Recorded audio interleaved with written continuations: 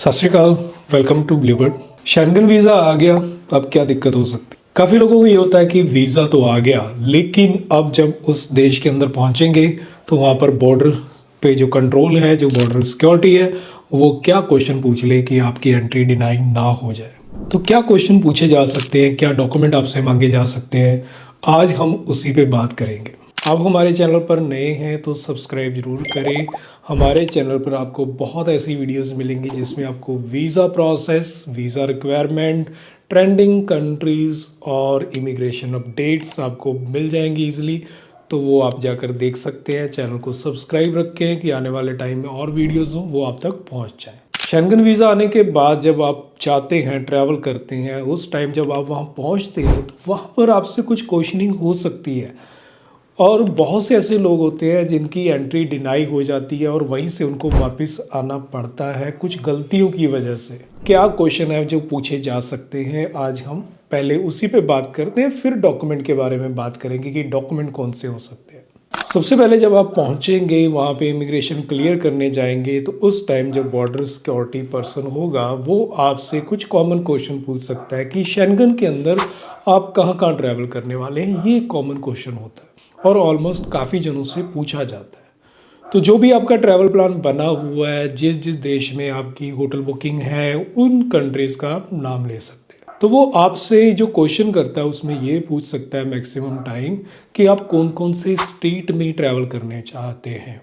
वो आपसे ये पूछ सकता है कि आप कौन कौन सी स्टेट में ट्रैवल करने वाले हैं। तो स्टेट का मतलब है कौन से देश में ट्रैवल करने वाले हैं। मीन्स आप स्विट्ज़रलैंड में गए हैं तो स्विट्ज़रलैंड में क्वेश्चनिंग हो रही है, तो आप इटली, फ्रांस, इस तरीके से जहाँ जहाँ ट्रैवल कर रहे हैं, कितनी स्टेट्स हैं वो बता सकते हैं, उनके नाम बता सकते हैं। और उसके बाद आपसे क्वेश्चन किया जा सकता है सेकेंड कि आपका एग्ज़िट कहाँ से होगा, आप कहाँ से रिटर्न करेंगे। ये क्वेश्चन भी कॉमन होता है और इसके बारे में पूछा जा सकता है। तो जहाँ से आप रिटर्न करने वाले हैं उस देश का आप नाम बता सकते हैं। और थर्ड क्वेश्चन जो कॉमन हो सकता है कि आपने कुछ लोकेशन स्पॉट की हैं ट्रैवल करते वक्त, करेंगे जहाँ पर आप विज़िट, तो उनके नाम आपको पता होने चाहिए। मीन्स आप कौन कौन सी लोकेशन में ट्रैवल करेंगे, चाहे उनके देश की है, चाहे वो अलग कंट्रीज़ के अंदर है, शेंगन के अंदर, आपको उनके नाम पता होने चाहिए। और जब आप रिटर्न करेंगे तो आपकी फ़्लाइट कौन सी डेट को है, ये भी आपसे पूछा जा सकता है वहाँ पे। तो क्वेश्चन कोई डिफ़िकल्ट नहीं होते हैं, बहुत नॉर्मल होते हैं। और इसके अलावा जो नेक्स्ट क्वेश्चन हो सकता है जो आपसे पूछा जाए वो हो सकता है आप कितना कैश लेके आए हैं।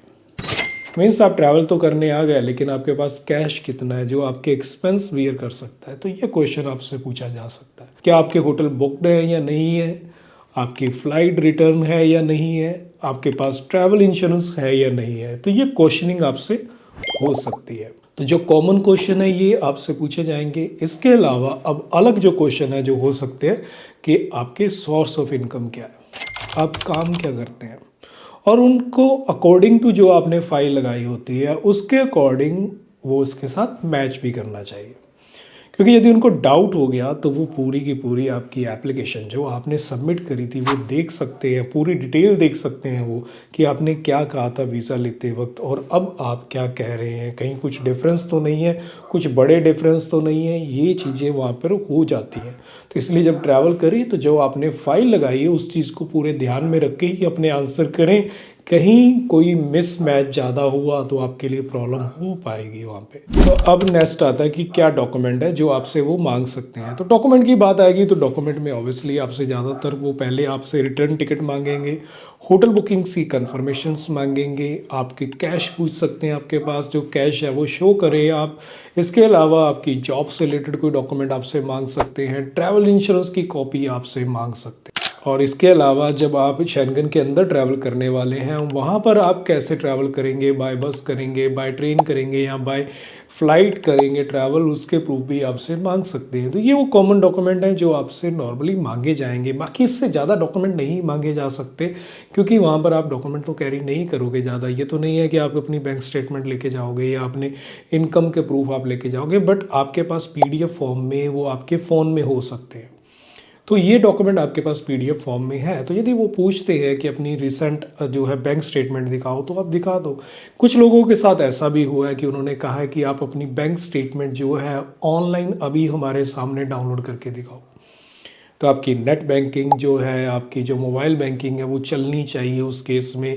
आपके पास क्रेडिट कार्ड है तो उसका लॉगिन आपके पास होना चाहिए। तो ये कॉमन चीज़ें होती हैं जो आपके पास ज़रूर हों, क्योंकि यदि ये नहीं होंगी तो उस केस में यदि आपसे मांग लिया तो फिर आपकी एंट्री डिनाई हो सकती है। चीज़ें हुई हैं प्रैक्टिकली कईयों के साथ इस तरीके से। डॉक्यूमेंट जब पूछे जाते हैं और जब वो चेक किए जाते हैं, क्रॉस चेकिंग हो जाती है, यदि उसमें मिसमैच होता है तो फिर प्रॉब्लम बड़ी हो जाती है। तो इनके आंसर आपके पास कॉमन होने चाहिए। और बहुत बड़ा ये इंटरव्यू स्ट्रिक्ट नहीं होता है, कि ऐसा नहीं है कि आपका बहुत लंबा इंटरव्यू चलने वाला है, क्योंकि पीछे काफ़ी लंबी लाइन होती है, उनको भी उन्होंने एंट्री क्लियरेंस देनी होती है। तो इस केस में बहुत टाइम नहीं लगाते हैं। बट कई बार यदि आप पे डाउट हो गया तो आपको एक साइड में भी लेके जा सकते हैं, किसी एक अलग रूम में बैठा कर क्वेश्चनिंग हो सकती है। फिर आपकी क्वेश्चनिंग 1 आवर 2 आवर तक भी चल सकती है। आपके सारे डॉक्यूमेंट वेरीफाई हो सकते हैं, आपकी होटल बुकिंग वेरीफाई हो सकती है, एयर टिकट आपकी वेरीफाई हो सकती है, इवन आपकी बैंक स्टेटमेंट दोबारा वेरीफाई हो सकती है उस केस में।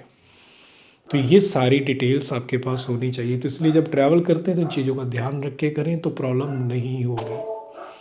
तो उम्मीद करता हूँ ये वीडियो आपके लिए बहुत इन्फॉर्मेटिव होगी। ऐसी और वीडियोस देखने के लिए चैनल को सब्सक्राइब जरूर करके रखें। मिलते हैं फिर एक नई वीडियो में। सत श्री अकाल।